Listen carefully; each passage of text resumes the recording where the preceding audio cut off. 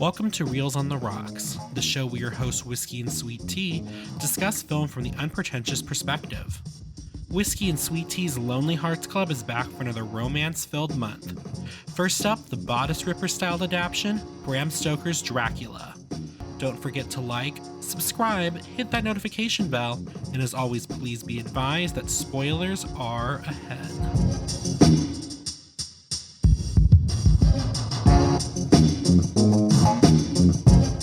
Hear us. Hear us now, dear listeners. Welcome back to Lonely Hearts Club episodes of Reels on the Rocks. Yes, this month, this is actually the first one where we have a programmer, so cheers to our programmer. Woo! But yeah, so they went ahead and picked for us, specifically for the Lonely Hearts Club, what do they call it? Timeless Trysts? Yes. Love that. Love that for us. Yes. So it's vaguely, like romances that span a long length of time or, something of that. To which I picked one of my favorite films. It is my favorite Dracula film, but we'll get to that in a bit. If anyone listened to our drinking game finale or premiere, depending on how you view that. T, because I was so disappointed T had not seen Longlegs by the time that episode aired, T relinquished a mini topic to just kind of review Longlegs. Yes. Which I'm also going to add. I know people who listen to our show know I'm the horror guy and are probably very upset that I had not seen The Substance. Since that recording, I have seen The Substance. I'm super happy with how many Oscar nominations it got, and now that I have seen it, I will say it was the best horror film of last year, and it gets a 4 out of 4. Oh, great job. Oh, that actually reminds me when I was listening back to our podcast after it was posted, I realized we never picked our films of the year. Thank you. I was going to get to that as well, and this is the second year in a row that we did that.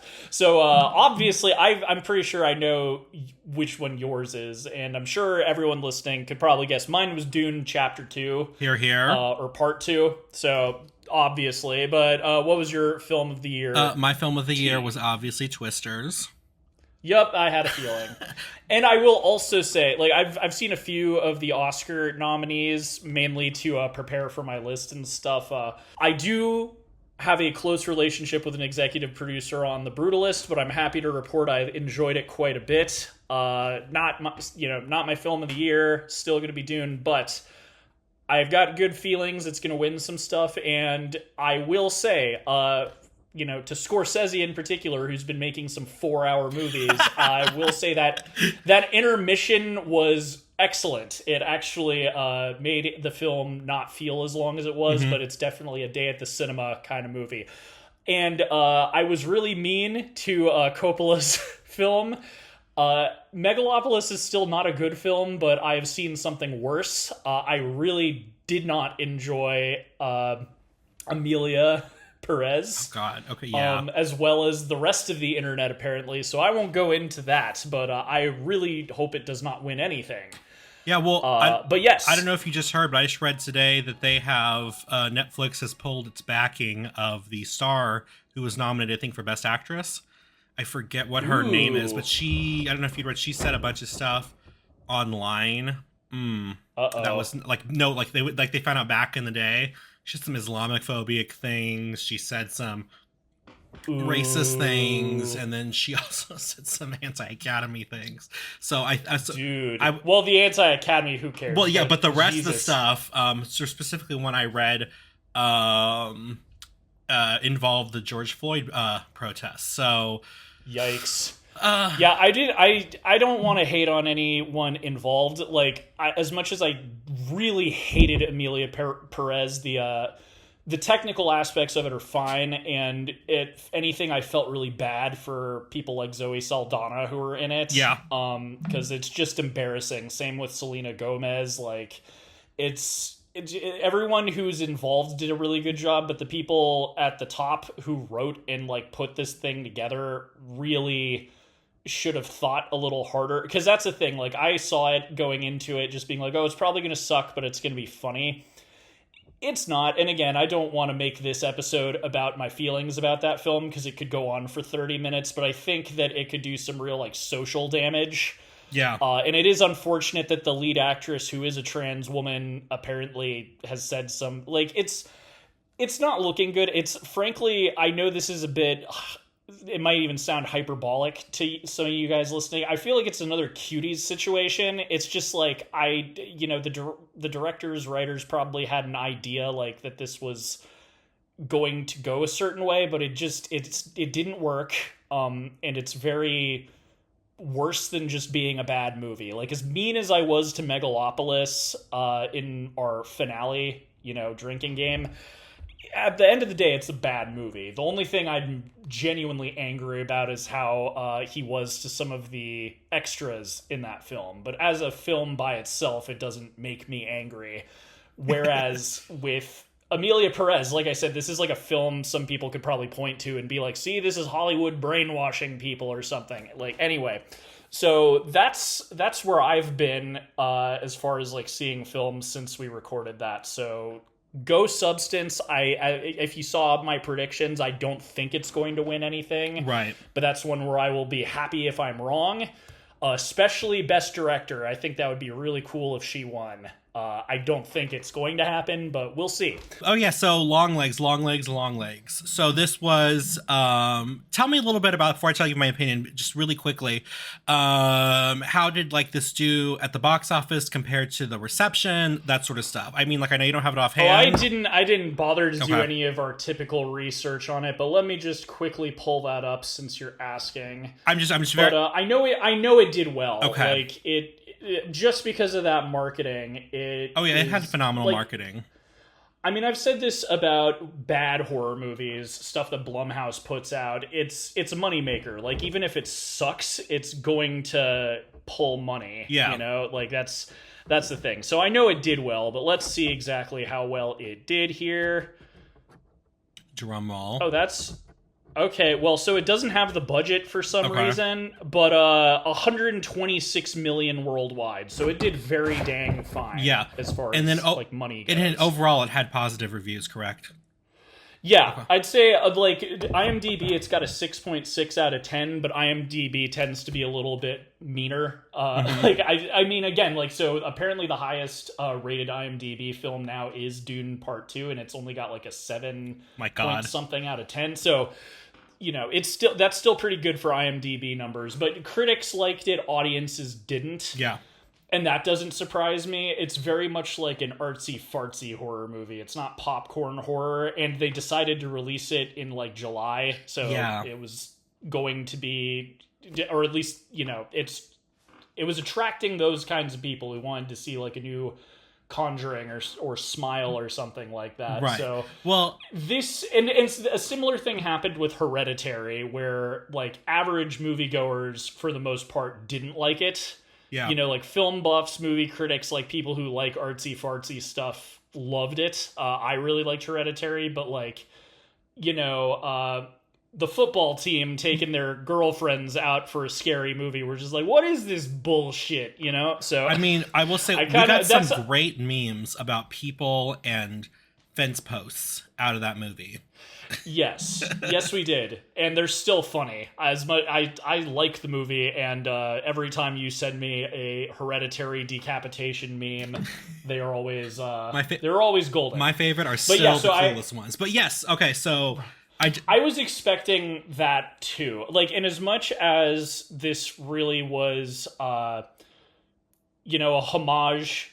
And I even, I sent you a clip of it while I was watching last night. But straight from Oz Perkins' mouth, this was very much inspired by Silence of the Lambs. Yes. It's a high bar. Yeah, it's like, the same level as like Terminator 2 is for action movies or something. Like, if you're talking about crime thrillers, like, it's the cream of the crop. Like, that would be like a 4 out of 4 in that specific genre.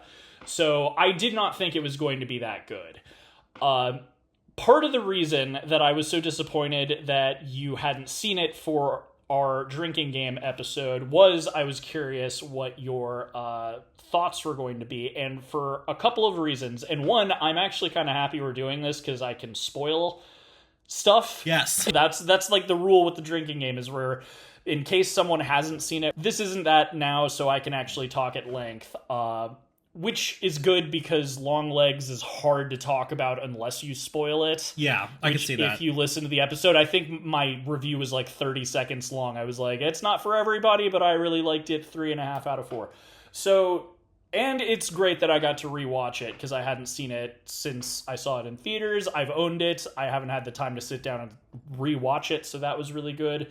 So the reasons I was excited to hear T's thoughts were, one, T completely predicted exactly, like way back when we did our mini topic on the marketing for the movie, yeah. T had an idea of how Longlegs kills his victims, and T was 100% right. Called it. And I was like, I was so surprised, and like I had a feeling, at least just on that basis, that would make you happy that you predicted I was thinking about that when I was watching it, but I'm like, dang it, I can't remember what I said. But if you're telling me that I was right, I'm like, yes. Yeah, so you pretty much said exactly, like, that the doll, like, I think you were wrong in the sense that, like, you thought the dog physically killed people, but, like, your prediction, and I'm sure maybe you could go back and re-listen to the episode, but, like, you had this, like, theory that's, like, the doll is, like, put in the house and then it, like, comes alive and, like, kills people. But, like, yeah, semantics aside, you were basically right that, like, something paranormal was going on. And that's the other reason I thought you might like this one is, unlike Silence of the Lambs, there is, like, a supernatural element to what's going on. And I feel like that was going to vibe with you a bit. Right. And frankly, now that I'm allowed to spoil it, that is a big reason why I think it lost a lot of people who didn't like the movie, is that it got really weird in the third act and got very paranormal. Like, when I first saw this, I was kind of disappointed that it wasn't grounded in reality in that sense. I was sort of expecting that maybe Longlegs had a cult, especially, like, when they're interviewing that one survivor girl, and she's like, oh, I was mighty happy to see him. If he'd asked me to kill you, I would have made your heart go pop, pop. Like, I was happy as peaches. I love that line. Happy as peaches. Like, I thought that was kind of going to be where it was going, that he had, like, this cult of crazy survivors that would, like, kill for him. Because you can either go two ways with what was reportedly happening in these murders. Either something supernatural was going on, or there was some sort of elaborate hoax going on, Scooby-Doo style, with either, you know, someone posing as like a monster, or it was like a big... But the fact that Longlegs was not present for any of the murders, there had to be some kind of an explanation. And it went the supernatural route, and I think that made some people angry. My sister included. I actually saw this with her when it came out. But I felt like that would be something that you would actually kind of enjoy. Because I know, especially, like, you like demonic possession films, you like, as a practicing Catholic, yeah, like, anything involving, like, the fact that Longlegs is a Satanist and he's actually, like, channeling the power of the devil and stuff, that stuff usually plays well to you. Right. Definitely a connoisseur of the occult, as one might say. Yes. So, with all of that being said, I think it's your turn. What did you think of it now that I've explained why I wanted you to see it and why I thought you would probably like it? Okay, so I feel so bad because I did not enjoy it. Fair enough. I feel so bad because I was like, you know, I was very intrigued. It was very interesting. Well, first off, let me just say the parallels between the Silence of the Lambs and this, or at least not the parallels, but the homages that are in this are so obvious. The opening sequence, which I think is supposed to be kind of like her first mission or something, is very reminiscent of the end of Silence of the Lambs. You know, she's wandering through this maze-like place. She's solo to take down this person who actually just killed her partner, which, I mean, that's a little different, but it was just very, very obvious. I will be totally upfront that I do think maybe one of the reasons why I didn't enjoy this as much is timing.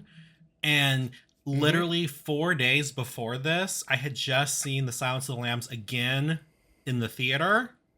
on the big screen. And so I just got to, again, to bask in the genius of that movie and the beauty of it.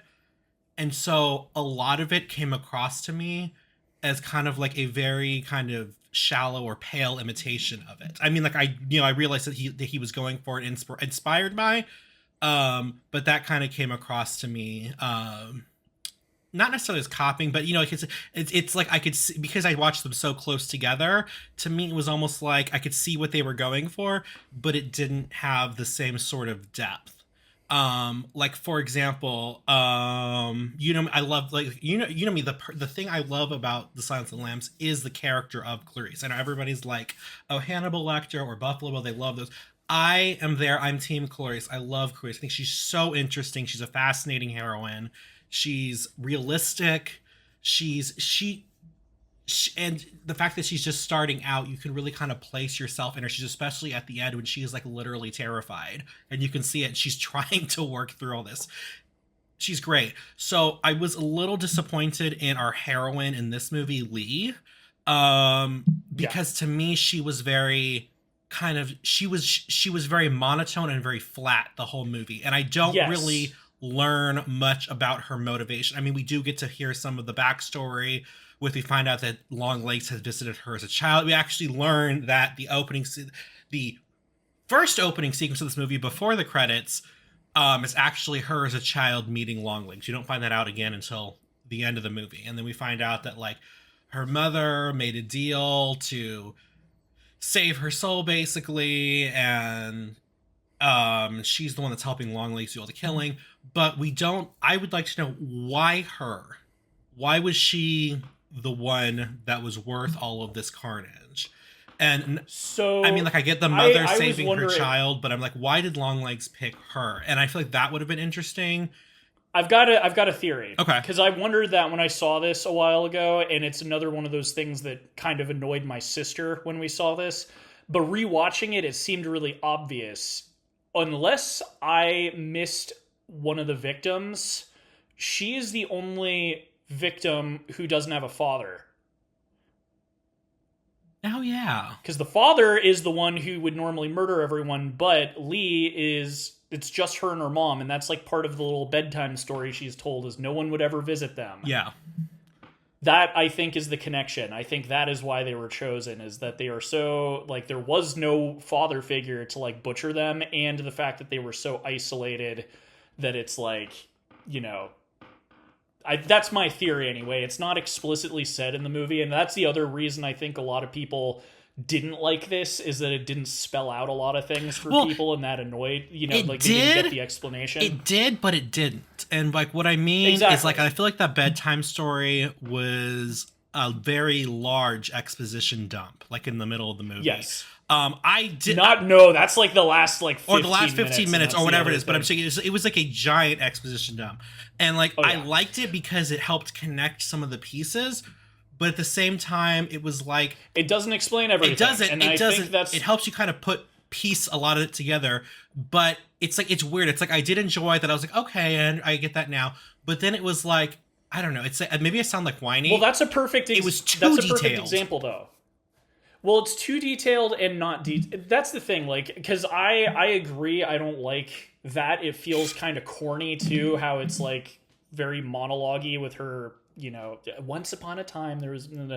It felt weird. It felt kind of off, especially with, like, the tone of the rest of the movie. Mm-hmm. And it over-explains some things, and then things like that, like, why did Longlegs, give her a choice? It doesn't explain that, so...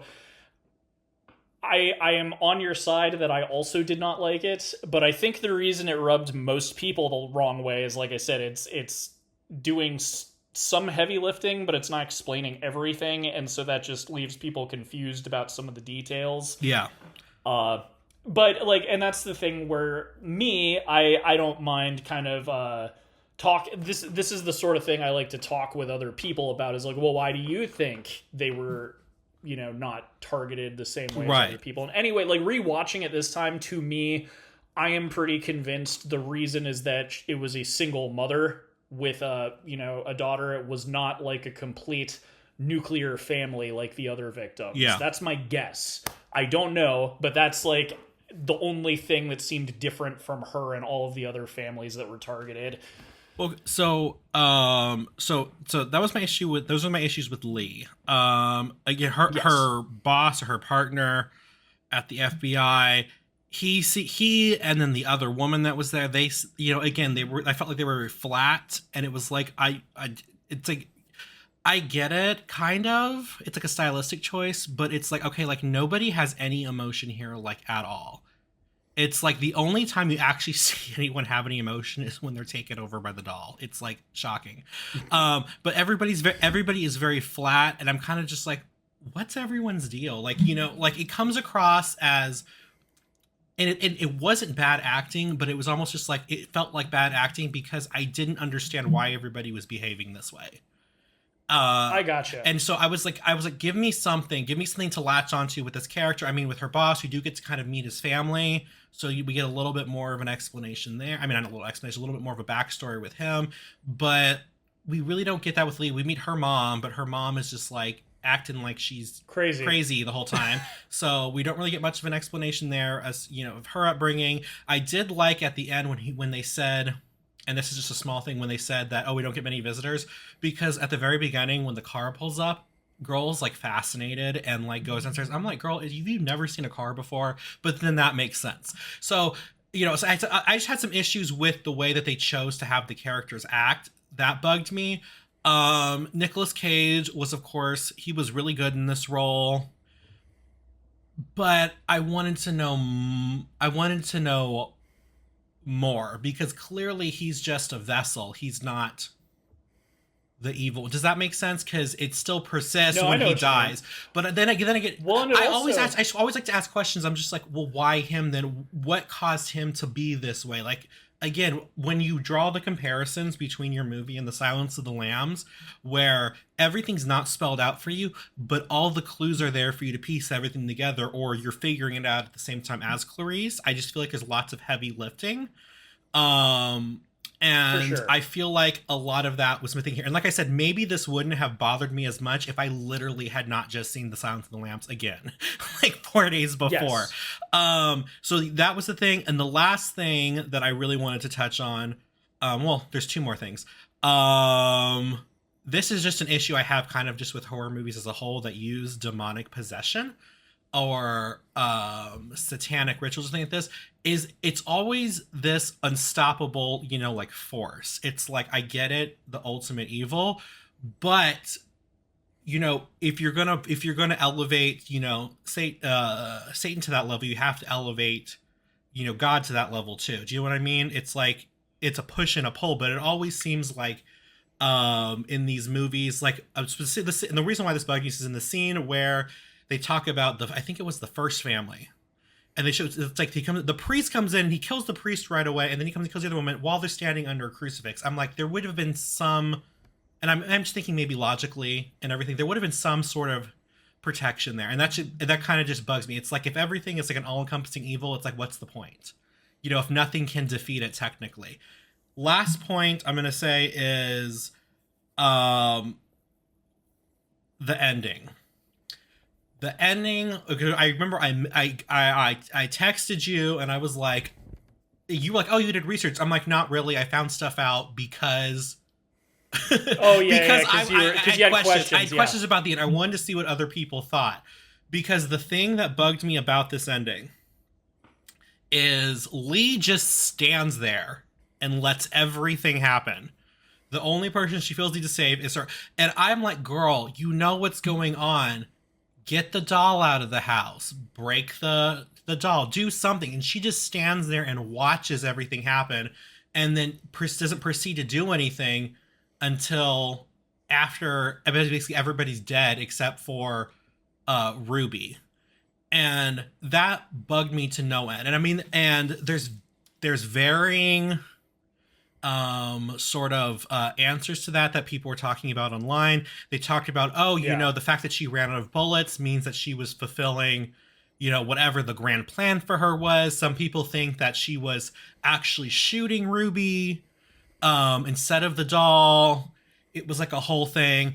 I do know, thanks to our lovely friends at IMDb, that Ruby does technically live because there is a credit for somebody playing an adult Ruby. People are assuming it's for a scene that was cut.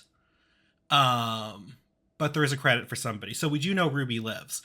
But the ending bugged me to no end. And I think my big thing is she just stood there and let all this stuff sort of happen. I'm like, girl, do something.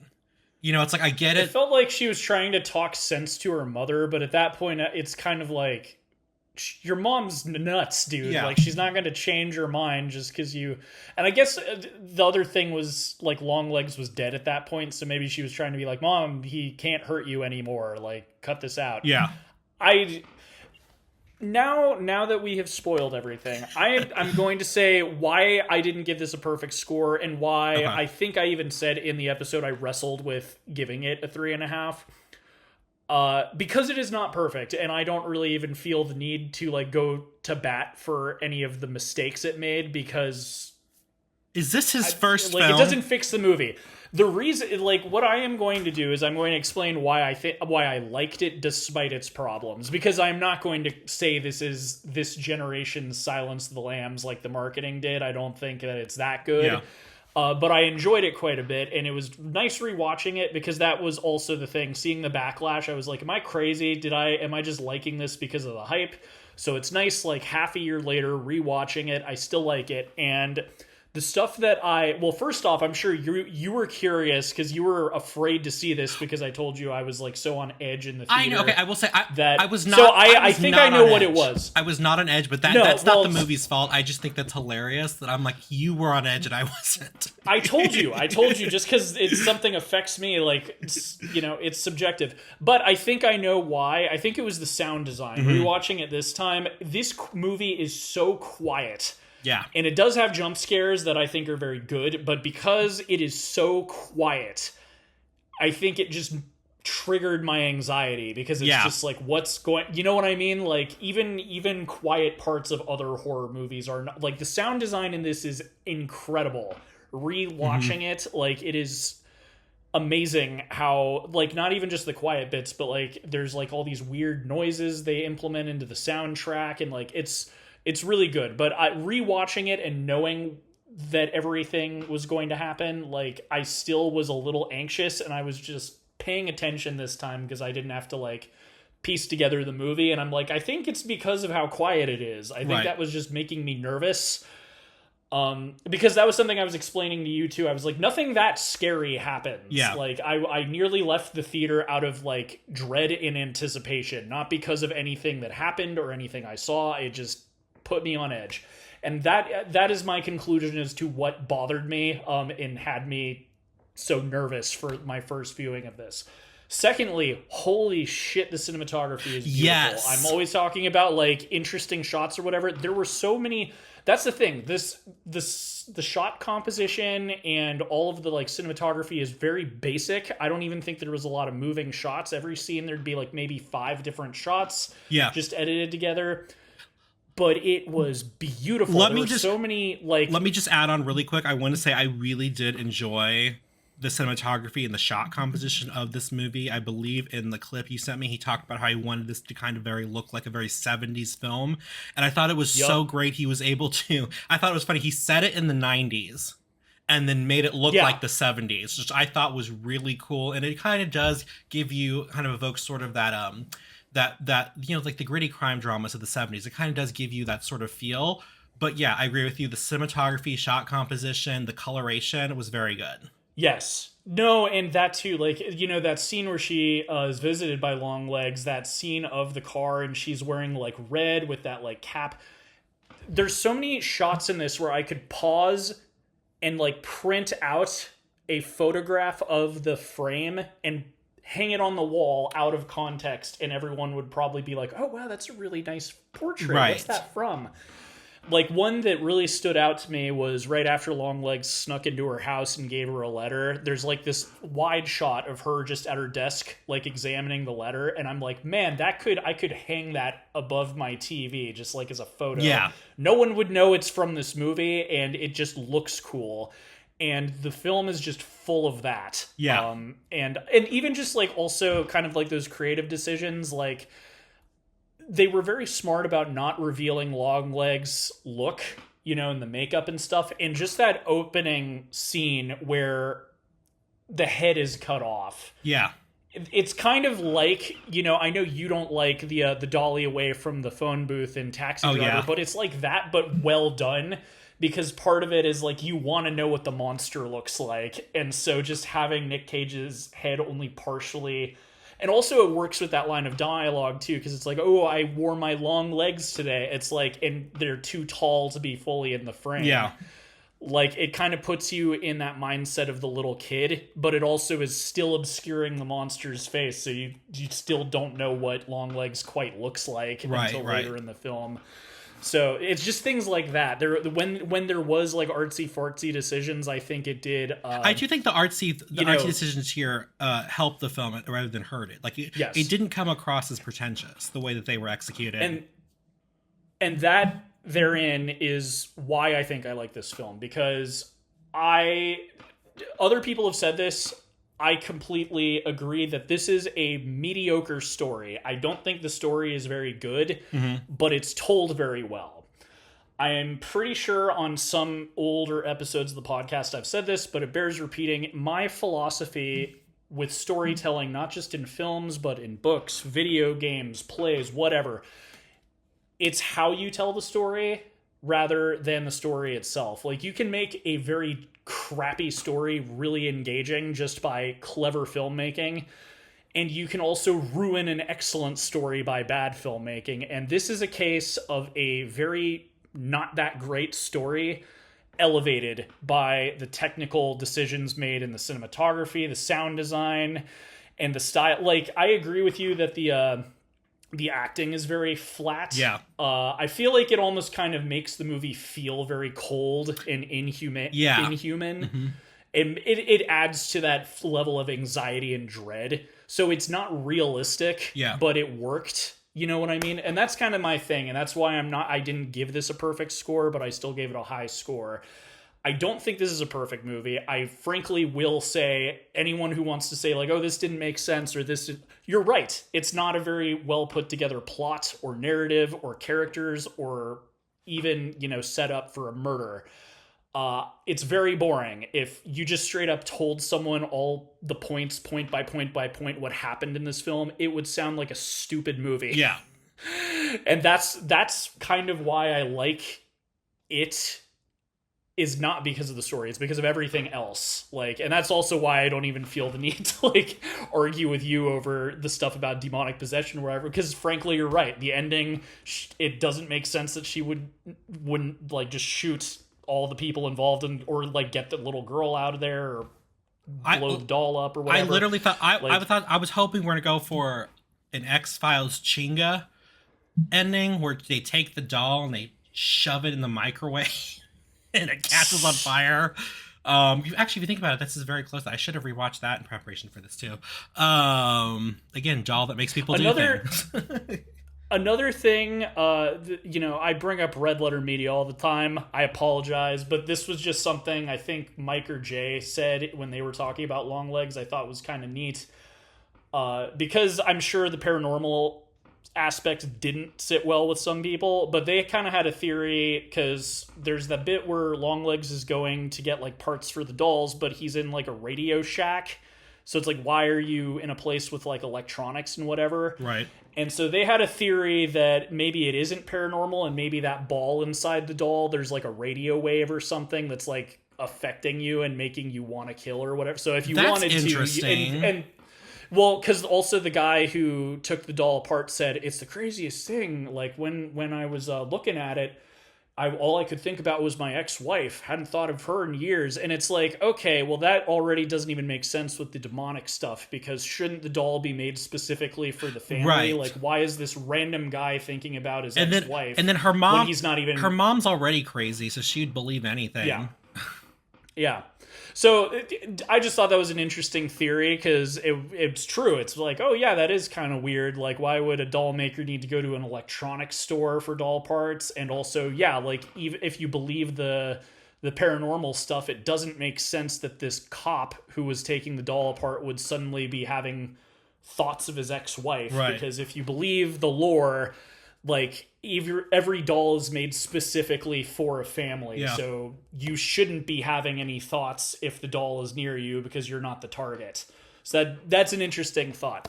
But yeah, so I gave it a 3.5. The half is missing because the story isn't very good. Right. But everything else I think is pretty perfect. But what would you rate this, T? I'm going to give it a 2 because it's not awful. It's just okay. And I really just think, though, it did set itself up for disappointment a little bit because of the comparisons it was trying to make between itself and The Silence of the Lambs. I will say, though, there are a couple very funny moments in this movie, on top of the very, bleak, cold feeling the movie has. One of them I love when he goes to the store and this girl behind the counter is like, "Dad, the creepy guy is back again." Like, yes. This guy comes back, love that. And the other one is when they go and visit the asylum, where she's like, "Don't you check IDs?" And he's like, "No." But you know what? That would be a really good idea, though. I was like, what? I laughed when I was in the theater. I cracked up at that. Like, no, I will so say, good. that guy and that too, actually, was the most animated in the movie. Yes, and that too. Actually, like, both of those girls, the crazy girl at the asylum and that one who was like making fun of Longlegs, those were like two standouts as far as like people actually acting like real people. Yeah. Because that girl at the store, I love how she's creeped out by Longlegs, but she's not like cowering in fear of him. Like, she's just like completely mocking him to his face. Yeah. Like, the creepy, stinky guy is here again, Dad. Can you give me your gun so I could shoot him in the face? She doesn't say any of that, but she might as well have. Like, I just loved the disrespect she showed, despite the guy being really creepy. I just thought it was hilarious that, again, because if you think, you oftentimes think of horror villains in a vacuum. It's like they're there and they're gone, but this is obviously, in this universe, is a real person that does go to the store and does stuff. So yeah, I do kind of like that. No, and that too, they also really, like, that scene right afterwards where they're just screaming, "Mommy, Daddy, unmake me." Like, this was a good Nick Cage performance, in my opinion. I kind of feel like they shouldn't have used him in the marketing at all, because I feel like people would have been surprised it was him if they didn't know it was already him. Right. Because he is unhinged in this, but he has a reputation for kind of taking it too far sometimes. Yeah. And I think he was perfect, because he was nuts, but not to the point where he was like completely hilarious or anything. Yeah. Like, there was an unpredictability to his character that made him scary, because he wasn't very physically intimidating, but just the fact that he was batshit crazy. Like, that was another thing that made me anxious for the movie, is like, you just don't know what he's going to do, because he clearly thinks that he's like got some kind of like power behind him, supernaturally. So there's that. And yeah, the crazy girl at the asylum, she was another case of actually like kind of stealing the scene from Micah Monroe, because she was so like, that whole happy as peaches. I'd be happy as that was peaches. So good. I'm going to start saying that instead of bless your heart. Well, I'd be happy as peaches seeing that ground come up to meet me. Make your heart go pop, pop. Oh my God, she's wild. Yeah, no, anyway. But no, that's fair. So 2 out of 4 for you. And let's get on to the main course. So what are you drinking with Dracula? So I took the more complicated route, and I was thinking blood. Let's do something with blood. So I am having a blood orange martini. Ooh. Mostly because I like blood orange, but also because it says blood in the title. Really tasty. Love them. What about yourself? So I know that Dracula doesn't drink wine, but I am. And because this is our first Coppola film that we're reviewing, I went ahead and got some of his wine because, for any of you who don't know, he's been kind of a winemaker more than a filmmaker the last decade or so. And so I got the Francis Coppola Diamond Collection Black Label 2021 Claret. And it's a Cabernet Sauvignon, which is my favorite type of red. So I will be enjoying that, which, frankly, I forgot about that iconic line about I do not drink wine. So, like, that was actually kind of perfect, too. I mean, this movie, at least, this, depiction of it does draw a lot of story from religion and things like that. And in Catholicism, red wine is, when we drink red wine, it is symbolic of drinking the blood of Christ. So... Oh, yes. And maybe that is why he does not drink wine anymore, because it is a whole aspect of his character. Exactly. But let me get into the deets real quick. So this is Bram Stoker's Dracula, directed by Francis Ford Coppola, and came out November 13th of 1992.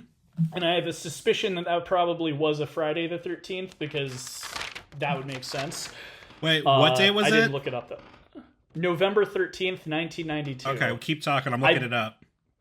There you go. So, the budget was $40 million, which was quite a lot for 1992, but it grossed $215 million worldwide, and opening weekend it had $30 million, so it almost made all of its budget back just in opening weekend. As I said, directed by Francis Ford Coppola. It was written by James V. Hart, but Bram Stoker has a writing credit because, he wrote the book. Cinematographer was Michael Ballhaus. And the music, God, I really hope I am able to pronounce it. Wojciech Kilar. I'm sorry, I probably am mispronouncing that. And the costume designer, the award-winning costume designer, is Eiko Ishioka. So this was nominated for 4 Academy Awards and won 3 of them. It was nominated but did not win Best Art Direction, Set Direction, but it did win Best Costume Design, Makeup, and Sound Effects Editing. The cast: Dracula is played by Gary Oldman. Mina Murray is played by Winona Ryder. Van Helsing is played by Anthony Hopkins. Jonathan Harker is played by Keanu Reeves. Dr. Jack Seward is played by Richard E. Grant. Lord Arthur Holmwood is played by Cary Elwes. He's the guy from Princess Bride. But anyway, I know who you're talking Quincy about. P. Morris. Yeah. Wesley. Quincy P. Morris is played by Billy Campbell. Lucy Westenra is played by Sadie Frost. And Renfield is played by Tom Waits. Really stacked cast, and I didn't bother to write them down, but Dracula's 3 wives are 3 prominent models of the time. But, did you find out if that was a Friday the 13th? It did. It was a Friday the 13th. It was the second Friday of November. I knew it. That is exactly when they would put this out, and good thing there was a Friday the 13th right during Oscar season. But yeah, so I've got all sorts of little tidbits to talk about, but going into this is my favorite Dracula film. I also love, and part of the reason I think it's appropriate to talk about this now is currently we have Nosferatu up for literally, I think, maybe even exactly the same Oscars that this was up for. And frankly, it feels kind of like a similar kind of movie to this. I don't think it's quite the same. They're definitely not trying to make Count Orlok a sympathetic character at all in that film. And that too, as far as romantic films, people don't usually think of Dracula, but they were kind of trying to do something unique with this film. Something I'm always saying whenever there's a remake or a sequel, I say that the film needs to justify its existence. And I think that this is a prime example of how to do that perfectly well. And frankly, watching a lot of the bonus features and stuff, right, that is literally what Francis Ford Coppola is saying is this is another Dracula film. We couldn't just make another Dracula film. We had to do something unique because it's been done 100 times. So we had to really set ourselves apart. They could have done. And I They could think have they done did that Dracula quite 2. well. He Returns. I don't think anyone's done that yet. They did. Oh my God. Universal Studios as well as Hammer. Hammer has like 10 Dracula films, all with my Christopher Lee. And yeah, there's literally a joke in the Buffy the Vampire Slayer with Dracula where like she kills him, and then there's like a post-credits thing where he comes back and she kills him again, and she's like, you don't think I haven't seen your movies? I know you always come back. So anyway, but yeah, what did you think? Because another thing, I had a feeling going into this, you would probably like this a lot. Despite you not being a horror person, you're big into romance, and it's a weird choice to make a Dracula film be a gothic romance, but it's more up your alley. So what did you think? I definitely enjoyed this movie. It very much, how can I best describe the style of this? Okay, let me see if you follow me. The style, the visual style of it at least, and maybe a little bit of the acting and everything, reminds me a lot of, and I mean this in a good way, the covers of those romance novels you'd see in the grocery store. At the checkout. It's some of the cinematography too, actually. Some of the cinematography too. Anytime Mina and Lucy are talking out in the garden, it kind of looks like one of those romance novels as well. Yeah, so it's just the colors and everything, like especially the way they made the sky look and everything.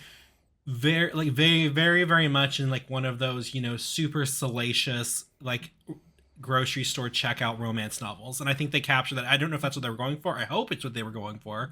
I'm pretty sure it was. It was very fun. It was like over the top. And it was very campy too. And yes, I did really enjoy the way there actually there was at one point, I forget what was happening, but I was like, what in the Buffy the Vampire Slayer is going on here?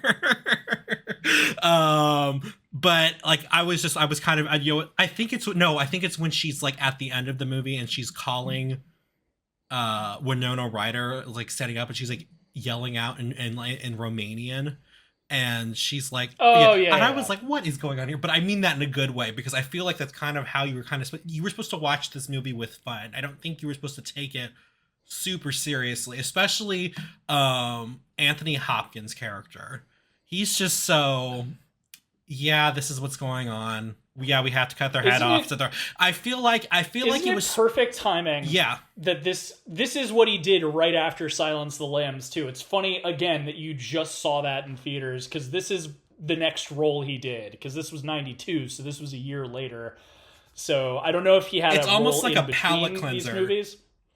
Yeah, well, and it's funny too, because he's really hamming it up in a good way. Like, and that scene you're talking about is really funny too, because his character is kind of funny. He's like a man of science, so he doesn't really care. It kind of goes with his opening scene. He's talking about blood diseases and how like syphilis evolved with humanity, and how a lot of our social norms are dictated by us trying to avoid getting diseases. So it's like, we act proper, quote unquote, so that we don't get venereal disease. And that's kind of like his character in a nutshell, is like, he doesn't care about social norms. He cares about fixing or curing the disease, so to speak. Right. So how do you cure a vampire? You stake them and cut their head off. Yeah. Like, I know that's not a proper thing to do, but also what else, that's like his character. As I said, it's just funny. Like he does not care about like how he comes across or social literally norms or anything. Like, shows up at Lucy's funeral and he's like, I need some post-mortem lights. What, for an autopsy? No, of course not all that.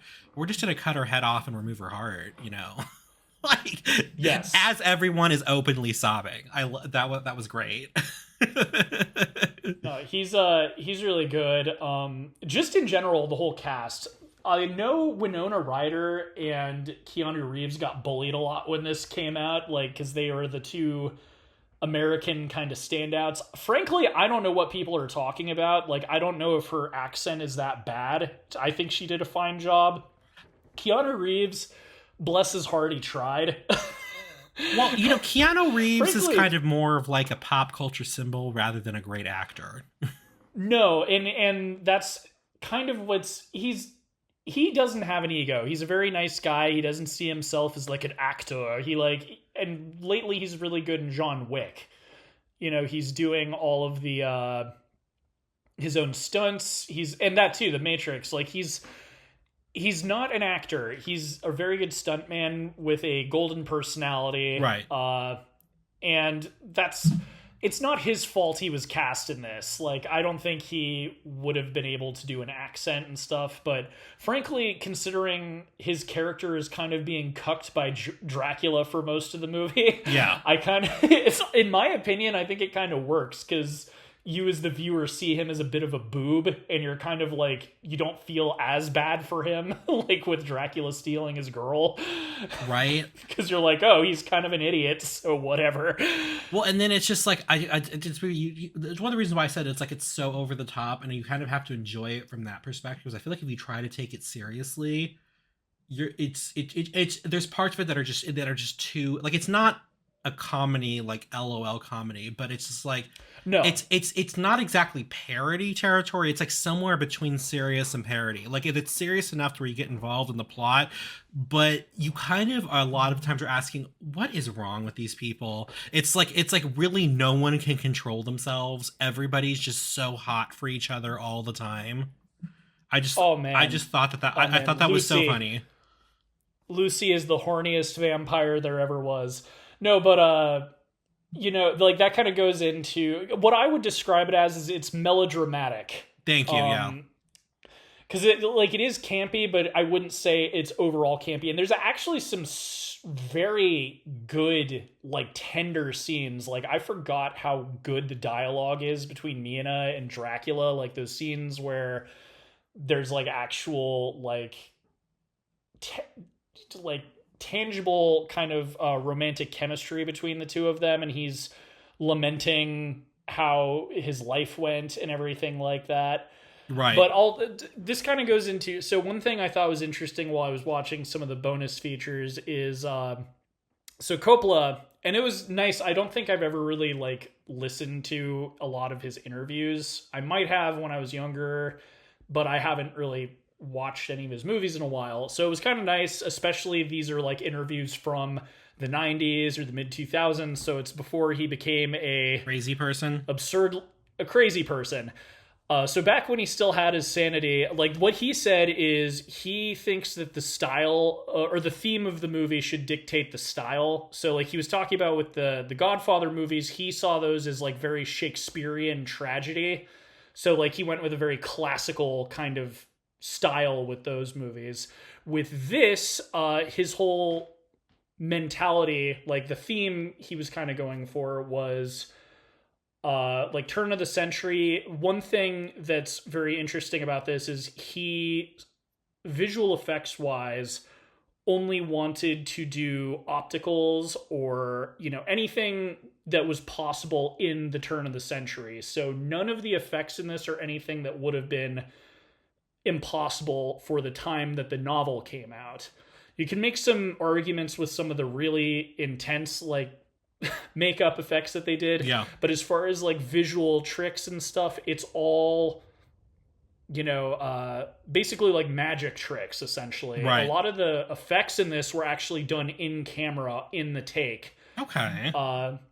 And he was talking also about how this was, you know, this is 92, so this is after Terminator 2 came out. Jurassic Park was in the process of switching over to CGI because that movie did so well. And a lot of the executives wanted to do CGI for this, and he just really didn't want to do that. There's even some things, like cinematography-wise, it's classic like film, but there's some so right after Dracula wakes up in London, there's kind of a bit you're probably going to remember as I describe it, where it's in black and white, and there's this sort of weird quality to the film, and that's because it's an old crank camera. Yeah, it's kind of like him discovering, you know, London in the modern world.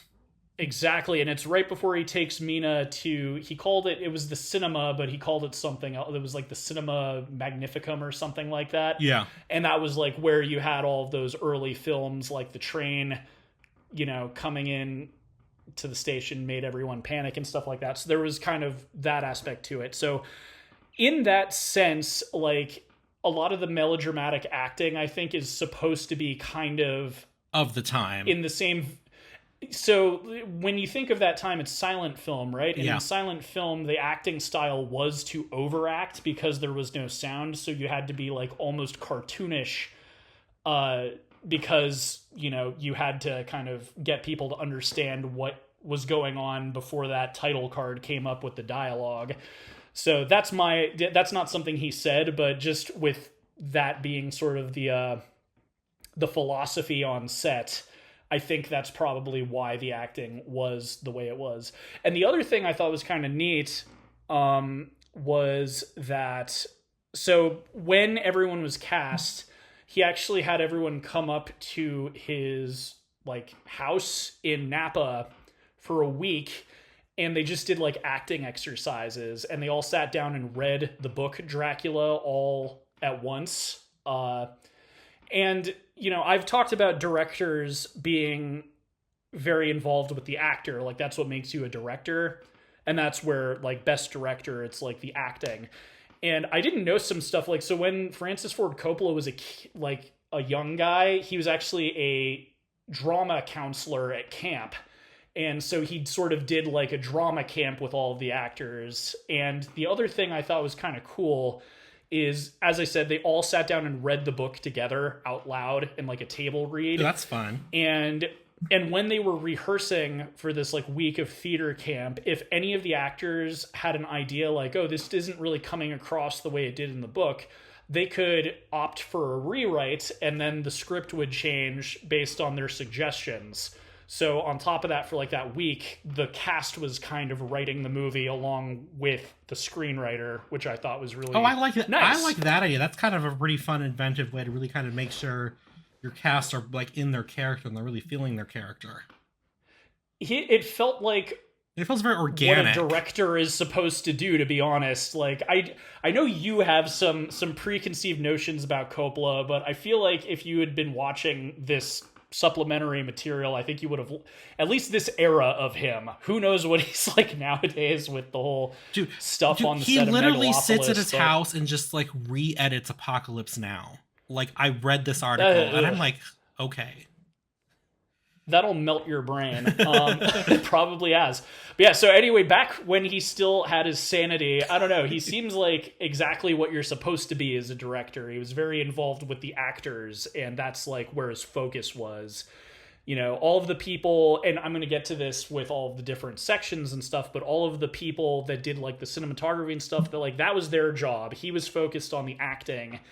And that really came across when they were discussing like how they were kind of planning this movie. And again, I thought that was really cool how the actors actually had input into the script. Like if they thought, this doesn't work based on how it felt in the book, they were actually able to change it. Right.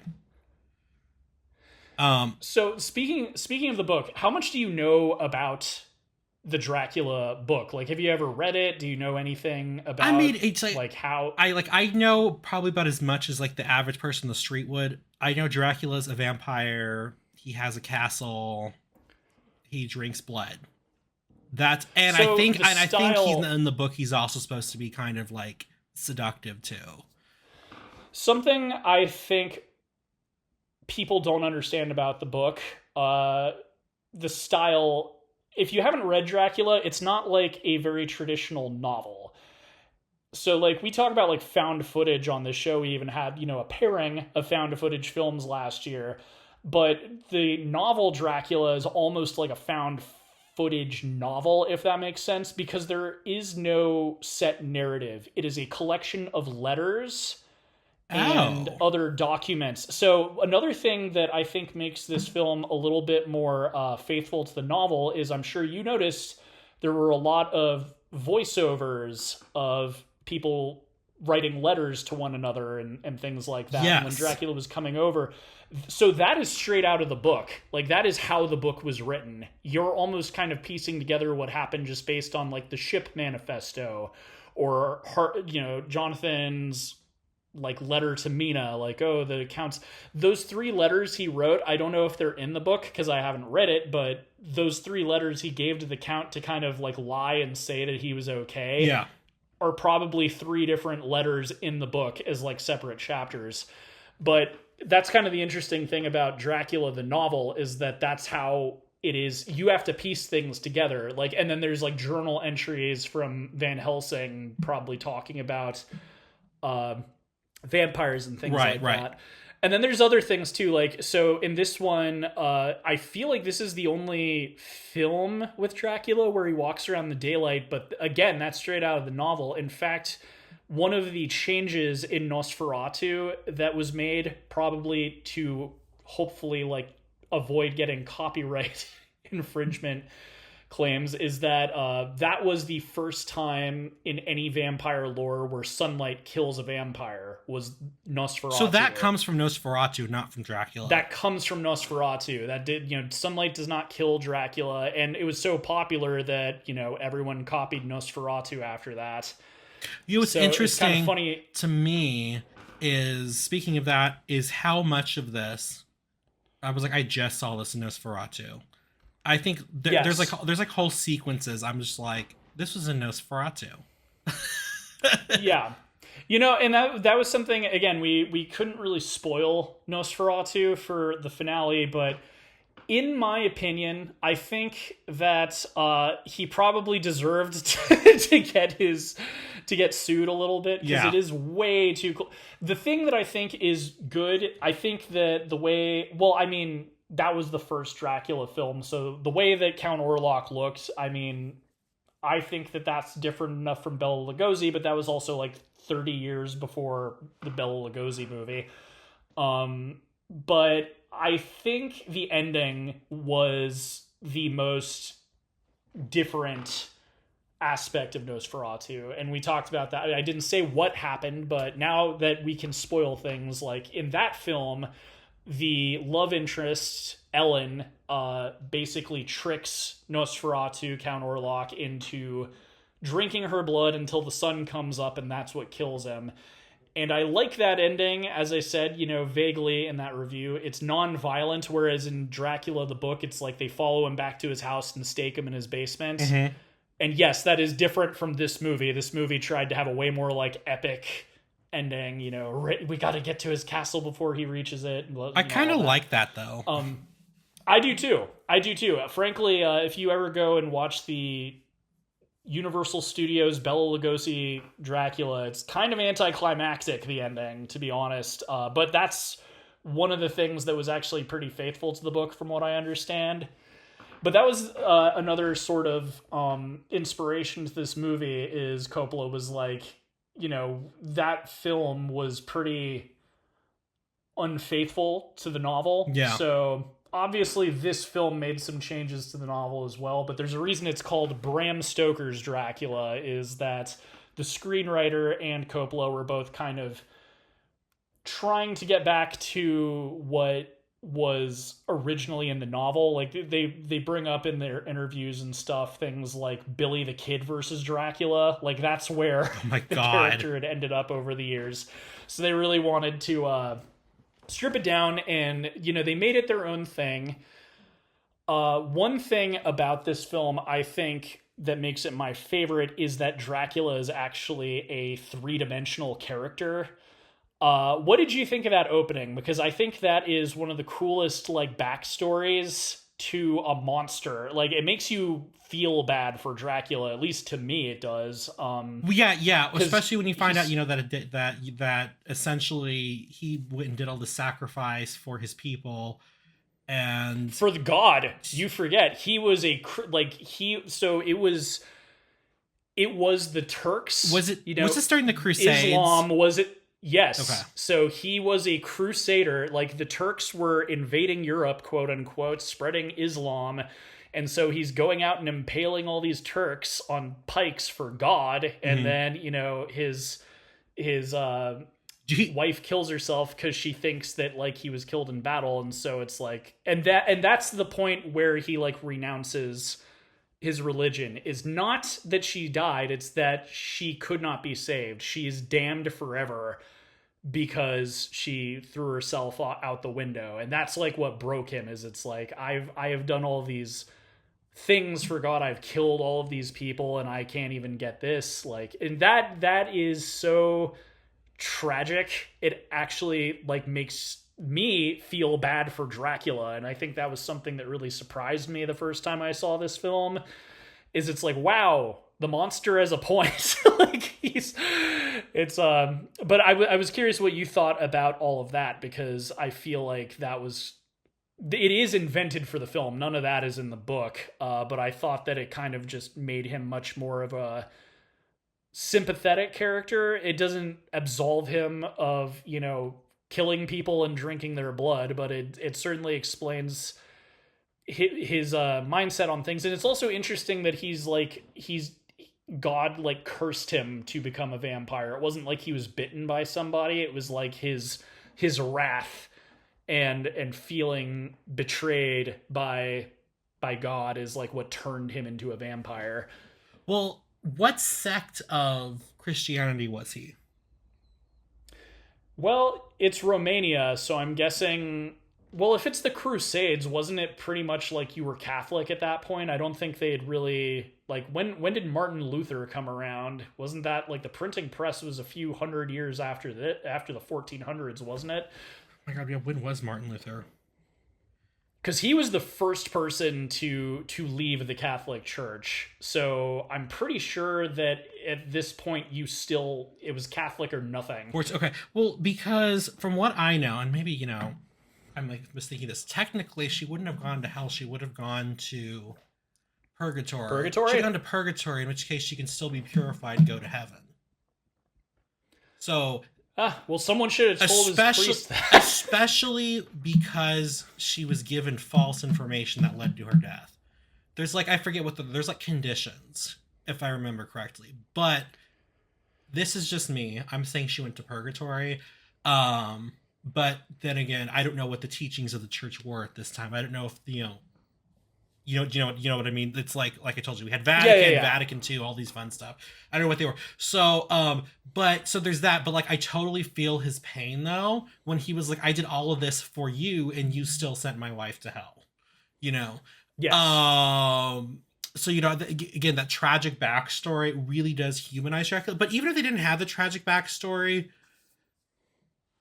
I still think they still made him more than just the scary creature in all the parts of the movie. They really worked hard to make him a character as just opposed to a villain.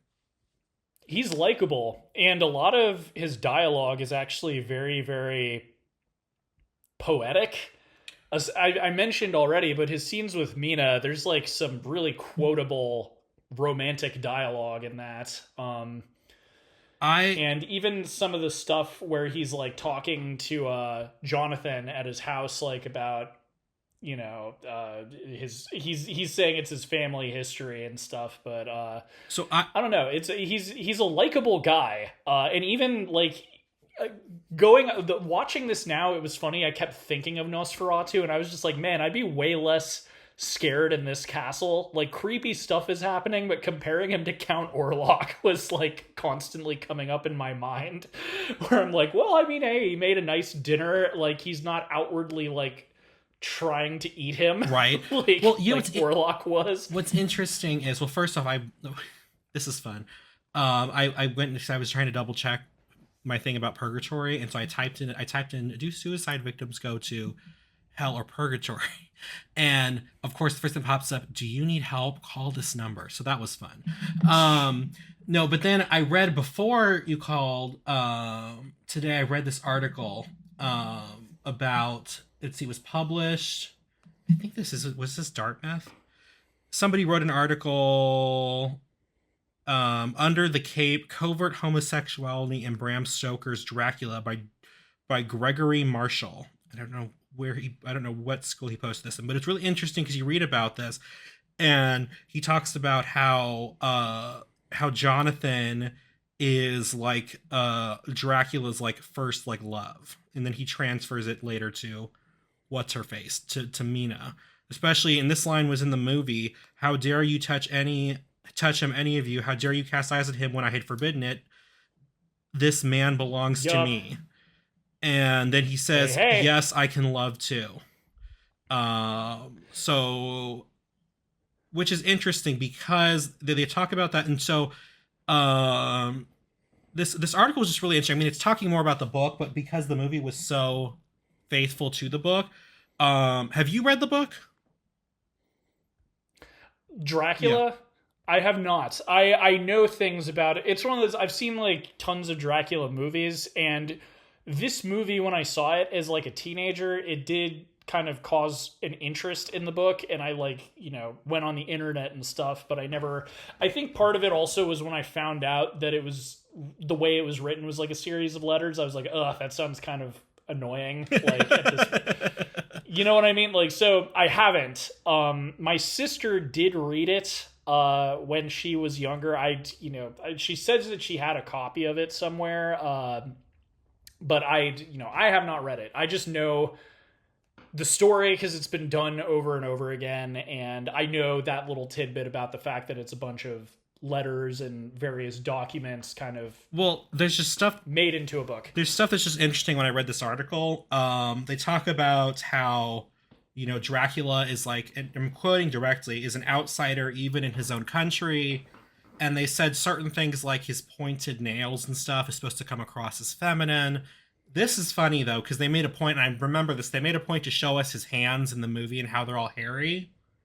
Yeah. Because according to this article, this is funny, in the hairs in the center of his palm implies that Dracula is something less than normal, since the normal human hand has no hair follicles, and a myth of unknown origin suggests that male masturbation causes this.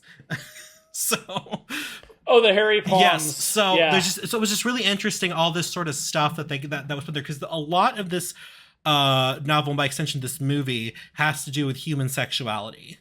Yes. Well, and that's not entirely absent in the book. I know that there was sort of an aspect of sexuality in the story with, and I mentioned this once again with Nosferatu, how in that film feeding was sort of a sexual act.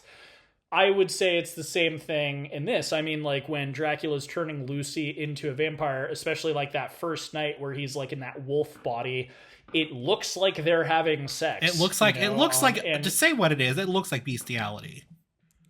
And I mean, it's not literally when we meet Van Helsing, he's talking about venereal disease and how it's like a disease of the blood.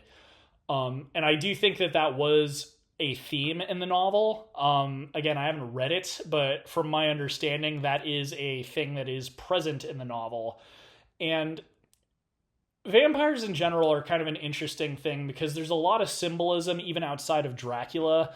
That they come from Transylvania, which is in Romania, and that right there is kind of an interesting thing because there is sort of a political leaning with vampires. They're always wealthy people in castles, and they come from a country that would go on to join the USSR. Right. And so there is sort of a communist angle to the lore. It is a wealthy person eating the poor.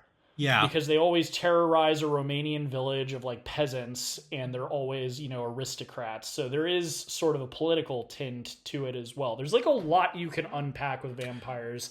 And that's something that's kind of cool in the world of cinema is there's a lot of vampire movies, and each story kind of has its own themes that you can sort of dissect. Right. I'm actually trying to think if I've ever seen a poor vampire. Now that you mentioned that, I don't think I have. Even Twilight, they were rich. No, but and the only example I can think of, and I haven't seen the film, but I know of it, is oh my goodness, what's Catherine Bigelow, I believe it was. There's a vampire movie she did from the early 90s where they're basically like drifters. And it's like it's almost kind of like a neo-Western, but it's like all these vampires are just like murdering people on the side of the road. That's the only example I can think of. Near Dark. Thank you. But that's the only, as I said, that's the only example I can think of, because even at their worst, like I can think of like Lost Boys and stuff, but it's like, they're still like middle class, it's like they're teenagers. Right. but they're not like poor. Now, no. that all being said, I did have some issues with the story of the movie, but it's really not the fault of the movie. It has to do more with the source material. Yes. And like, for example, the way that I interpret it is essentially, it was almost like, is if you watch the chain of events, how everything usually happens, like with Lucy and with Mina, I really feel like there's a theme or discussion of women being sexual beings and how they're obviously possessed by demons when they are. And then, of course, the only time the men really become sexual is when they're under the spell. Again, it's falling into the, that trap of, they were asking for it or something, you know what I mean? So I do feel like there are, but again, that's not the fault of this movie or this director or this writer. That's more of, has to do with, because they were faithful to the book, they were just adapting the source material. But I do just want to say, on the record, that that's not a view we share, although we do enjoy this film. Well, just, do you mean like the sex non-positivity? It's pretty obvious they're talking about female as sexual beings become this way, not because they are human beings and they have their own desires or anything, but because they are possessed by demons. Maybe not literally. I actually didn't really pick up on that as much. I feel like there is sort of a duality of like, and maybe not duality is the right word, but like there's lust versus like passion or like love, because like Lucy gets sort of like punished for it, but she is so horny, like she's basically got the the equivalent of like porn on her bookshelf that like Mina's looking through and she's like, oh my god, how can you read this? Can two people even do that? Oh, I did it last night, but I don't think like the film is like wagging its finger at that or anything. No, I don't. I just think there's just overtones that carry over just in the storyline because of the way the book was written and the time it was written in. I think those ideas do carry forth, but the film is not going out of its way to try to make that point. Like I said, it's not the fault of the movie that these sort of ideas exist in it. It just has to do with the storyline, and because it is a faithful adaptation, they're not going to change major plot points. For sure.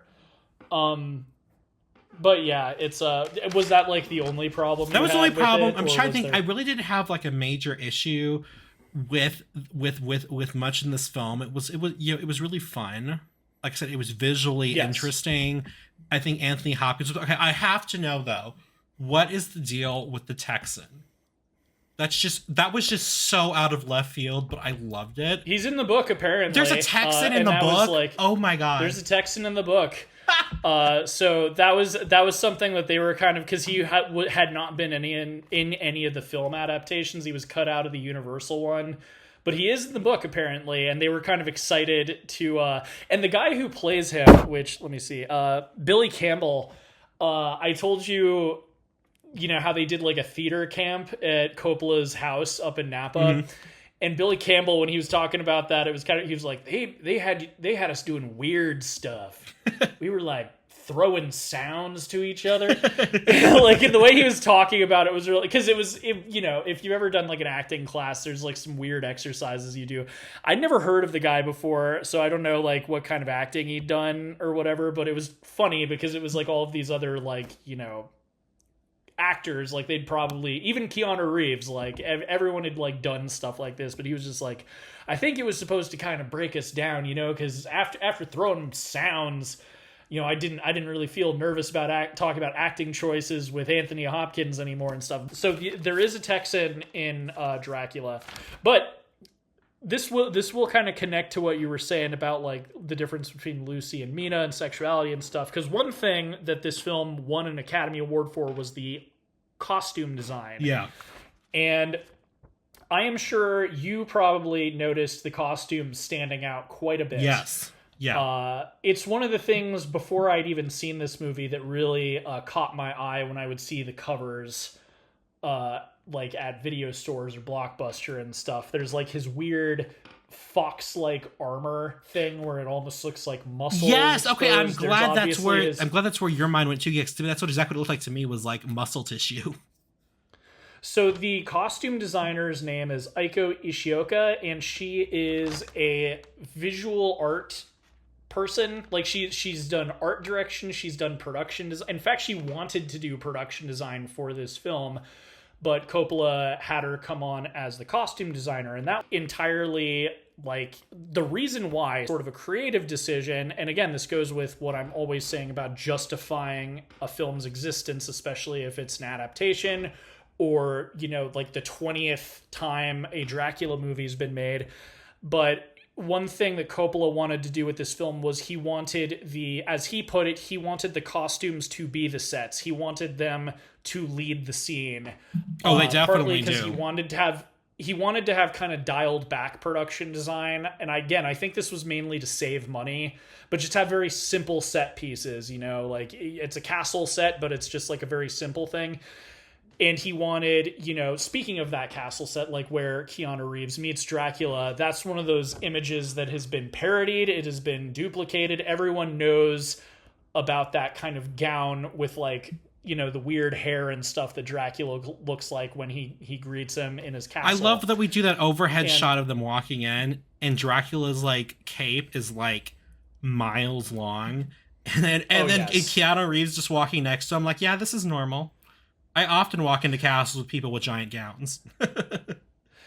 But a lot of the costumes are also inspired by Eastern fashion, because Aiko is a Japanese woman, and Coppola showed her a lot of Korean paintings.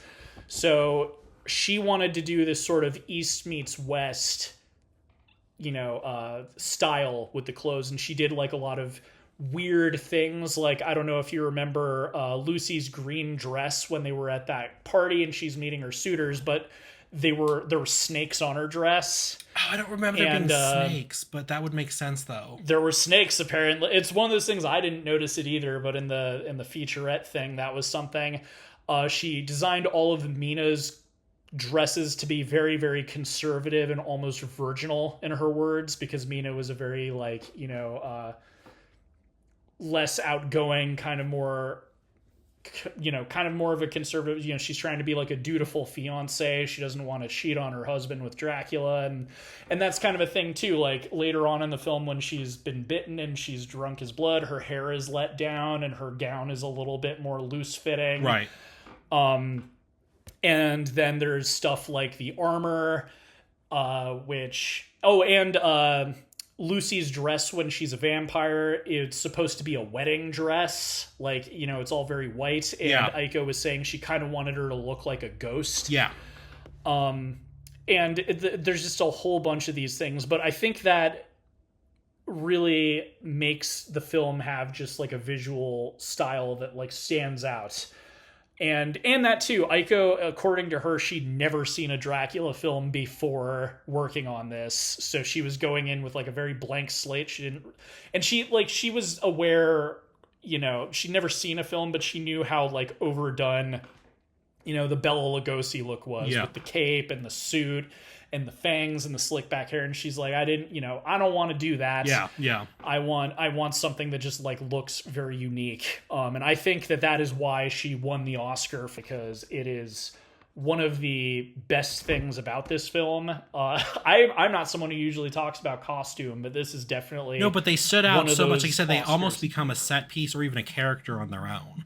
So I totally understand the gushing over it. I will say, though, set piece wise, I think this is probably one of my favorite rooms. It's probably one of my top 10 rooms in movies. That glass room that they have on their house, that the best view of it is when Mina she's in there. Oh, that's when she first discovers the book, the Arabian Nights book that's all pornographic and stuff. But that view, oh my God, that room is so gorgeous. I want to like just take that room and attach it to my house. It's so pretty. This is one of the reasons I was very excited to talk to you about this film, is just, especially rewatching it, I was just, man, you know, knowing that one of your favorite films is like Gone with the Wind. I'm just like, this is a horror movie, but so much of the dresses and like the sets and everything really kind of remind me of that movie a little bit. Oh, I can totally see in that. a small way. So I was just like, I was excited to see what you were going to say, because I felt like, at least on that aspect of things, you were going to enjoy it quite a bit. Yeah. The other person did not win an Academy Award, but I think is one of the cooler aspects. I touched on the fact that all of the visual effects were done with old school techniques, forced perspective, in-camera opticals. I forget what the term is, but like fake gravitational shifts, like Spider-Man, for instance, crawling up the wall. They do that by, building the set sideways, right, and then making it look like he's going up the wall. And there was some bits like that where Dracula's crawling on the wall. Yeah. There was some cool, so like when Keanu Reeves is on the train, which by the way is a miniature train, love that, out the window you see Dracula's eyes up in the sky. That is literally just projected on the rear screen projection outside. So that is happening. It's all stuff that could have been done, back when the book came out. And I did not know this, but the visual effects director is Roman Coppola. So his son was the visual effects director for this. And we have a Nepo baby. We do. Well, this was not his first job, though. He'd actually worked on other films. And that was kind of an interesting thing, too. He was talking about, like, and this is probably why Sophia ended up becoming a filmmaker. But so apparently whenever he would work on a project, he would end up taking the whole family with him, because he knew that it's like, I'm going to be gone for 2 weeks, and that would usually turn into 6 months. Yeah. So the Coppola family, the way that he described it, was almost like a circus family. Like they, were out of school a lot and kind of on set with all of these people, and they sort of like learn things. And Roman Coppola's interest was in magic. So I could see how that would translate to visual effects. I can very easily see that. Exactly. So, and that too, especially these kinds of visual effects, because a lot of them were sort of based in old-timey magic tricks, right, sleight of hand and things like that. So it was just like interesting, and hearing him talk about, just simple things that he would do to, solve problems, right, more or less. And his father was funny, because he's like, I wasn't very easy on you either, because like I'd have all these very difficult concepts that like you had to figure out a way of doing it and stuff. And I will say the visual effects, except for the weird blue rings going into the sky, have aged very well. Yes, and that was a oh man, it was like a double exposure or something. It's something that is gone now, because like they were one of the last films to do that, because now everything's done digitally. Yeah. So it was one of those old-timey kind of things where it was like exposed in, the development phase of the film, right, where they, did it that way. And I kind of agree. That effect is not great, and also there's like a similar... It's basically the same effect, but just to do a different thing, where like Dracula looks at Mina and she has like these red lines on her face. Yeah. Those are like the two that haven't aged very well, but otherwise I think it's very good. Like it's... Well, and another thing... I also think it helped that the film does border on campy, because the visualization of it helps sort of mask any effects that may not have come out perfectly, because since the whole film kind of just looks over the top, your brain really doesn't pick up on it. Yeah. And man, it's one of those things. I had seen this film in video stores and stuff for the longest time, but I think I was somewhere between 16 and 18 when I finally saw it. It was like my family had Dish, I think, was like the cable provider, and they had all these free movies, and there were a bunch that I watched, but this was one of them, and I was like, oh wait, is this that one where Dracula is like wearing a red dress and has like clown hair? I love that. The red dress and clown hair. And I knew it was Francis Ford Coppola. Anyway, like I watched it and I was just like, whoa, this is so cool. And the same, That was another thing I noticed before I saw this as a kid, is when I would see it in video stores, it was the Dracula movie that was rated R, and that always made me wonder, like, why? Like, is it super gory? Like, it's, and it kind of is. I'd say it's a light R. I don't think this would disturb a lot of people these days. I think it's more R for nudity. Nudity, sexual content, and there is some gore. There are some decapitations. But I really liked a lot of the more monstrous looks Dracula had. Like, I liked him in the red dress at the beginning, but, like, when he's, like, a bat monster, or, like, at the end when he's traveling back to his castle to try and regain his power, and he's, like, super aged, and he's got the long white hair. Right. Like, makeup is another thing that this film won an Academy Award for, and I was really blown away with just how actually scary he looked. Right, because the makeup was phenomenal. Dracula, it really was, and it's just one of those things where, like, yeah, and that too, like, before I bought this film, I forgot that I don't even know if I knew that it won any Academy Awards. This is like one of those films where, again, Coppola is known for The Godfather, but I always liked, like, Apocalypse Now and this movie more, to be honest. And rewatching this, I am just like,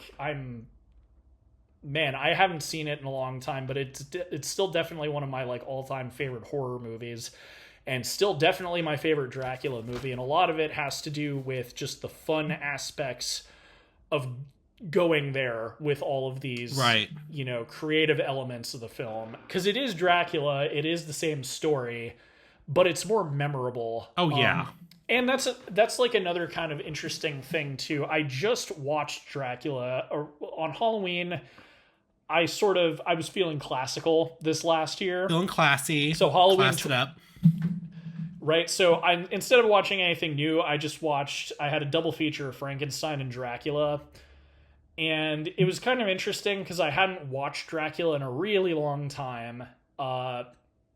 In watching it this time, it was kind of interesting that I feel like the standout for it was the acting. Yeah. Because it certainly was not very spectacular in the visuals. Like Frankenstein, I think the cinematography was really, really good. Mm-hmm. But for Dracula, it was like all the actors were doing all the heavy lifting. The guy playing Renfield was hilarious. Obviously, Bela Lugosi did a really good job. Right. And also, like, the girl who played Mina in the original Dracula was pretty good, especially when she was, like, turning into a vampire and acting kind of scary. No, I will say, because we just saw... I'll let you finish first. Well, like, that's also sort of the thing, too. Like, again, I haven't read the original Dracula. I think sex played a bit of an element in the story. But that's also sort of a choice that was made in the original Dracula that carried over into this film, but they did a better job of it. Famously, Bela Lugosi, like, they did the sexy monster. Like, that was what Dracula was. Bela Lugosi famously had a massive ego, and that's why he turned down the role of Frankenstein, was because he didn't get to talk or be sexy. And it's funny because that's sort of not really what I understand vampires to have been in the old legends out of Romania. They were like monstrous, like they were rich, but I don't think that they were ever really like sexually appealing. But just that one choice has carried over so much that they are sort of the sexy monster when you think of all of the different monsters. Well, and I think that has to do with the fact that because Dracula is supposed to, I really think he seduces or entrances them more through paranormal means, be it hypnotism or whatever it is that he does. But I feel like, and again, I haven't seen the original one, but I feel like because of censors, they wanted to really make it across that he was seductive, and I don't think they had a way to they couldn't think of a way to actually do that without making him look, like you said, very sexy, very handsome. And that was their way of maybe getting around. And then, like you said, from that, it has carried over across the entire mythology. Yeah. Well, and it's such a persistent thing, too. Like, every vampire, just like you were talking about how it's like, I can't think of one where they're not like, where they're poor. I can't think of one where the vampire isn't like physically attractive. Well, You know what Hotel I mean? Transylvania. What are you talking about, man? He's super attractive in that God. one. And he's also goofy. He's goofy and he's fun. He is fun. And I mean, hey, his daughter's pretty as well. Like, what are you talking about? Apparently, I was in the minority on that filling the one. mold. But speaking of that, I was just like, when the scene where Lucy is meeting her suitors, I'm like, girl, how did you get 3 attractive men to come to you? I'm just like, tell me your secrets. She's rich, don't you remember? I forgot. She's spoiled. She's the spoiled rich girl. That's why she's got 3 suitors. She's the deadly trifecta. She's spoiled, rich, and horny. Oh my god. And pretty. Well, I love though that they showed up just to potentially woo her. She makes her decision, and it's not the other 2 guys, but they hang around anyway to go on the hunt for Dracula. I was like, y'all are doing the most.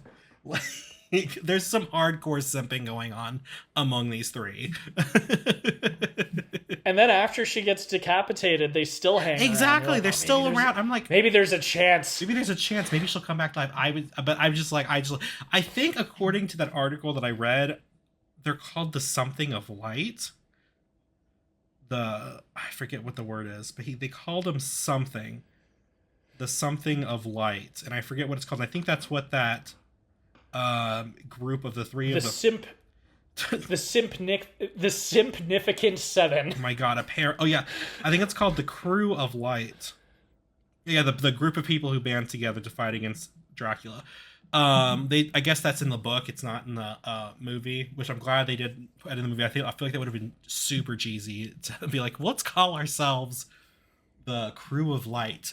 The League of Extraordinary Gentlemen. Basically. But yeah, so, oh my god, I was going to tell you something about this, but now, because we recently have both seen Nosferatu, and like you said, like we discussed earlier, there's tons and tons of parallels, because Nosferatu is a straight up like copy of Dracula with, changes made to preserve the identity and protect those who participated. But I will say, though, I liked... what is the main girl in Nosferatu? I forget what her name is now.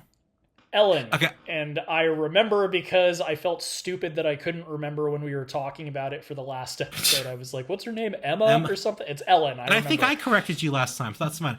You did. It's funny. In this, it's Jonathan and Mina, and in Nosferatu, it's Thomas and Ellen. I will say I liked Ellen better than Mina. I feel like Ellen could hold out longer. It's like every time in this movie, every time Mina, and I get it, she's under his spell or whatever, but like it's like every time Jonathan would leave the room, Mina was like, oh, my prince.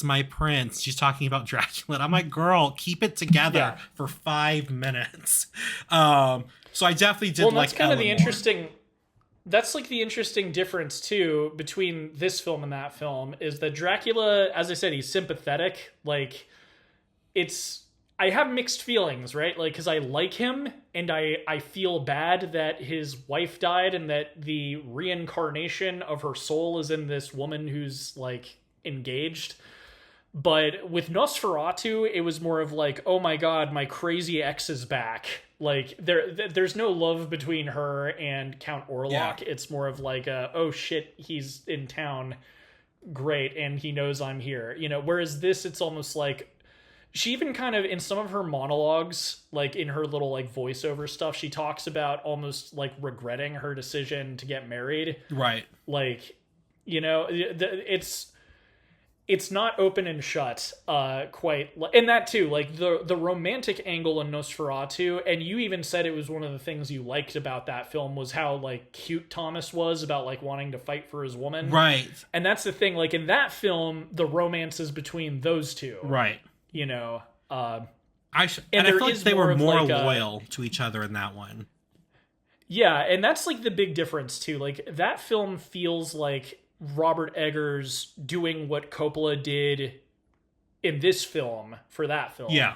But he's not trying to like it's a different movie. Like Count Orlok is just this force of death and fear and overwhelming evil, and like there's no sympathizing with him. He doesn't get a tragic backstory. He's like a feral animal, and that's sort of what, because I agree with you, but I even said, and again now I can say with the spoilers, like I would argue that Ellen is the hero of that story. Agreed. Whether it's the old movie or whether it's the new one. In Dracula, the hero is Van Helsing, and you know the men he's grouped together to like fight Dracula. Yeah. In the Universal film, it's just Van Helsing and Jonathan. Yeah.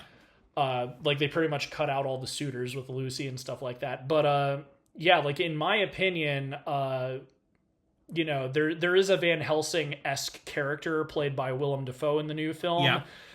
And he explains how to vanquish the vampire, but yeah, like it is Ellen who saves the day and saves herself and sacrifices herself in the process. And that's why I think I liked that film better when I saw the silent one when I was a teenager. Years later I was like, oh, maybe I was just being like a contrarian teenager, but honestly, like revisiting it with this new film, I think that's why I liked Nosferatu better than Dracula. Right. Back when I saw it, because I thought the ending was more compelling. Yeah. And I still feel that way.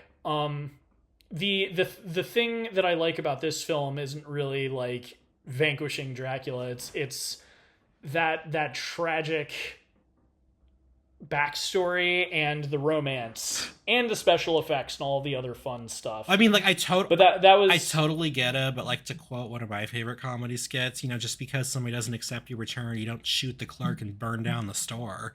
You know, I kind of feel like that's like what Dracula did, but I get it. No. I mean, like I'm not like excusing him, but I feel for him. Well, and he's still the villain.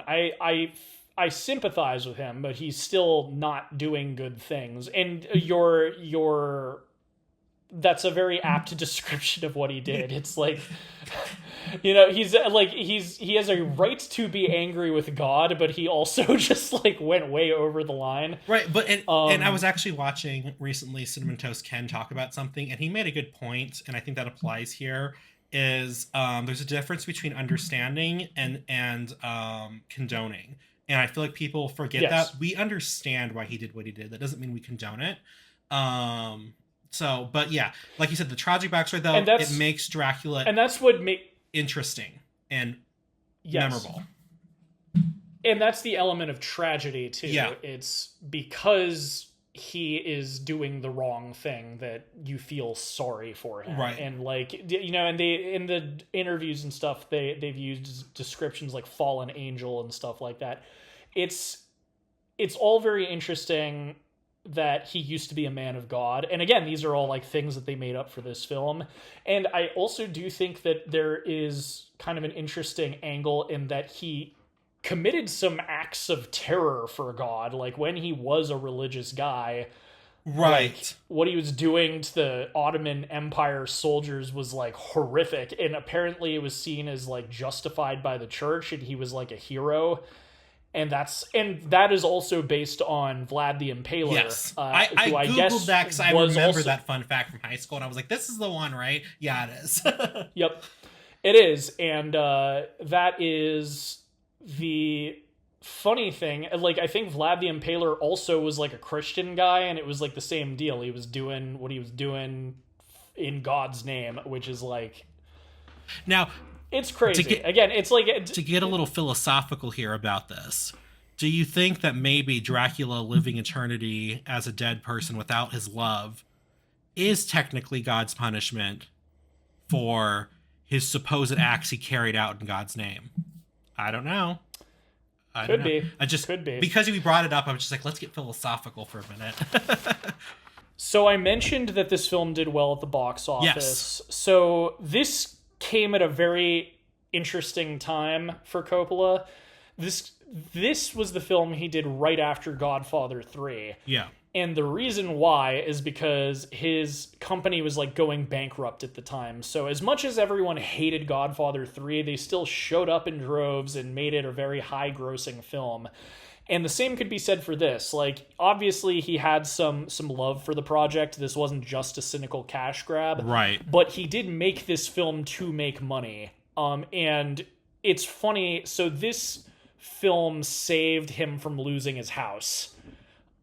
He was like in debt. They were going to take the Coppola homestead up in Napa. And because of this film, in his his house up in Napa, he actually has a photo of Dracula. It's like a thank you for like saving his home. Oh my god. Well, was this what was this before or after the Cotton Club movie? The which one? This one. Was this before or after the Cotton Club? Cotton Club. I don't think I've seen that one. Which one? So was that's that? another Coppola movie that I only know about, because especially because you talked about how this saved his house. So the Cotton Club, was directed by Francis Ford Coppola, but there's a whole string of murders that have tied to getting that film financed. So that's why I was like, I'll have to send you a documentary on that later. But yeah, because I don't know. It's probably before, I would guess. Okay. Maybe it was like, especially if he was having trouble getting it financed, maybe it was before. I don't know. Like, by the 90s, this film and Godfather 3 kind of saved his house, but he sort of fell off after these films. That was like around the time he kind of stopped making movies. yeah. I'm sure there's probably some after this that I'm forgetting, but like by that time he hadn't really been doing much. So I don't know. What's the Cotton Club about, by the way? I actually have no idea. I just know that it didn't do very well, but there was a whole string of murders that were tied to getting it financed. Of course you would know that. You know what? I have free time. Let's see. According to Google, the lives of various characters intersect at Harlem's renowned Cotton Club. The handsome horn player, the stunning girlfriend of a famous gangster. Meanwhile, the horn player's brother falls in with the gangster's crew. It's a mob movie. But like, think of a mob movie in how they kind of infiltrated, sort of like Black Harlem is what it looks like. I gotcha. No, I think that interesting. Also, I feel like actually wasn't Son of Sam, wasn't that Coppola? Oh, no. Never mind. That was well, Son of Sam was an actual killer. That was well, no, he was. Yeah. I don't know why I thought that was Coppola. I'm pretty sure it was Spike Lee. Yes, that was Spike Lee. Well, one thing, it's funny. So anyone who is tuning into the show, one thing T and I do every year for the last couple of years, we have Oscar predictions that come out. And speaking of Nosferatu in this episode, I think that it's going to be very close between that and Wicked, because it's literally, I'm pretty sure it's nominated for all of the same awards that this one was nominated for. And I predicted it's going to win a few of them. I think, if I'm remembering correctly, I think Wicked is going to win production design, but I think Nosferatu is going to get makeup and costume design, and maybe cinematography. It's up for. My prediction is with The Brutalist on that one, but that's more just because of how I think the Academy tends to vote on that sort of thing. And The Brutalist had really good cinematography. It was literally like a coin flip, in my opinion, between those two. But that's another thing with this film having won a bunch of Academy Awards when it came out. I wonder if history is going to repeat itself with Nosferatu, because I genuinely am pretty sure it's up for like exactly the same 4 awards, which is funny. It's up for cinematography, production design, costume design, and makeup and hairstyling. Okay, so basically remove sound effects editing and replace it with cinematography, and then it's basically up for the same awards. Yeah, production design, costume design, but yep. I can see that. Well, but this was a very good, very enjoyable movie. I was, especially after watching Longlegs, I was a little apprehensive, but it was fun. It was fun. And it was cool to watch.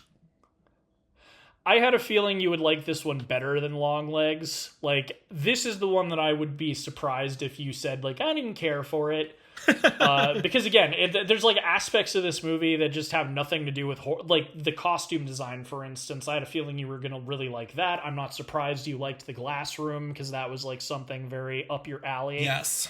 And just like the character of Lucy and the whole thing with her suitors, I had a feeling you were going to really be into that whole side I of think things. the word you used is you're basically Lucy, which You kind of are. After watching, I am not sure how to feel about that. But she was my You she might- was definitely you might my not favorite be- character, though.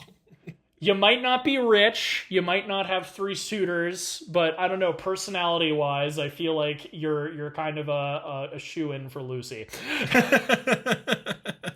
I agree. You also have a dirty copy of Arabian Nights that you... I could see me owning one of those. Well, that being said, what do you rate this exactly? What's your final judge? I give it on the film? I give it a 3 out of 4 pitchers of sweet tea. I didn't give it perfect because I do feel like maybe there is it could be tightened up a bit still. But overall, but it wasn't. But I wanted to definitely rate it above average. It was definitely it was a fun and interesting watch. I love stylistically how it all turned out. And like I said, I love how they were able to, like I said, take the cover of like one of those trashy period romance novels and like totally replicate like the feeling, the theme, not the theme, the whole vibe of that into, a classic work of literature. And so I thought that was very well done. Yes. And with this, I've already put on the record that this is my favorite Dracula movie, so I'm sure it comes to no surprise that this is going to get a 3.5 from me. I also don't think it's perfect, but damn, it's aged really well. Yes. And pretty much, it's like the same complaint essentially for me. Mm-hmm. What's funny is, I gave Nosferatu a 3 out of 4. I'm giving this a 3.5 out of 4. Same thing with me, though. I feel like they could have tightened it up. It's like a 2 hour and 6 minute runtime, I think. Yeah. I think they could have shaved off, like, not even that much, like maybe 15 minutes, and it would have done better. Yeah. Nosferatu, I said that they should shaved off 30 minutes, because that one also drags a love But yeah, that's pretty much it. I can't really think of one any, other thing, major... okay, I will say, like, different... Again, I love Keanu Reeves. He's the one actor I can't defend, really. Like, I do think that there was probably another, like, big 90s actor they could have cast in his role that probably would have been able to do a little bit better. Yeah. And it's not even just the accent. Like, there's some weird delivery he has where it's like, I don't know what kind of inflection he was going for. Like, there's like sometimes when he reads his lines and it sounds like he doesn't speak English. Yeah. Because he's like saying it in such a weird way that it's like, I don't know. I will say, no offense to him, he is the one weak link as far as the cast goes.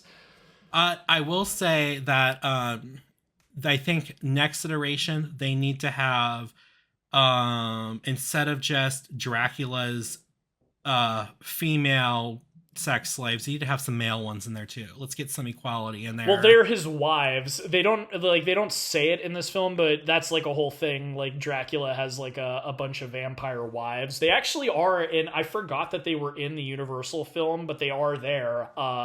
Obviously, they're not topless or anything like that, but okay. That's... So he needs some husbands then. Slaves. He needs some husbands.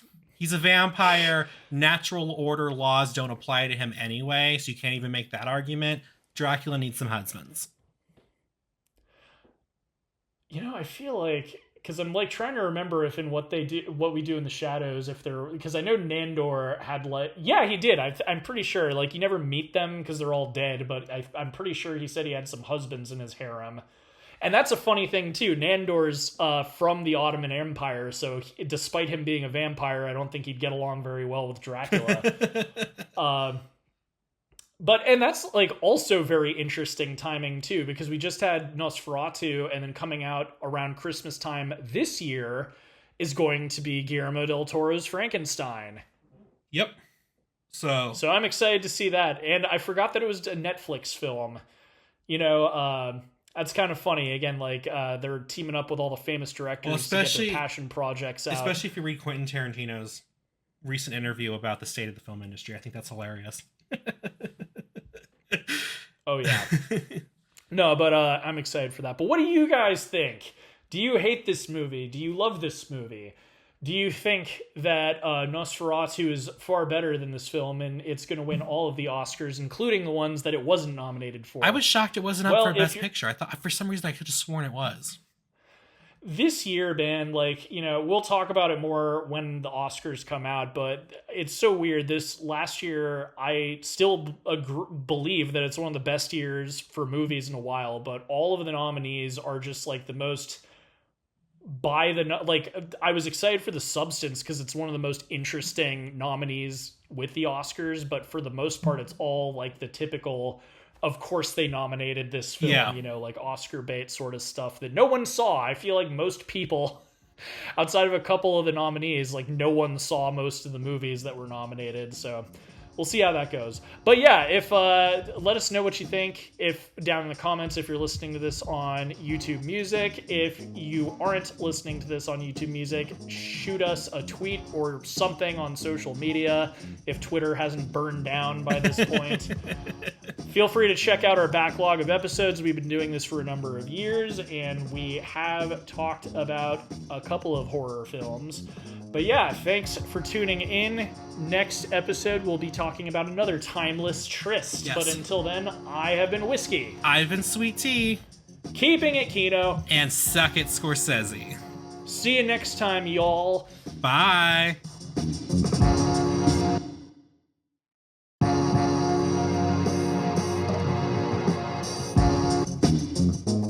Reels on the Rocks is a production of La Prince Laboratories.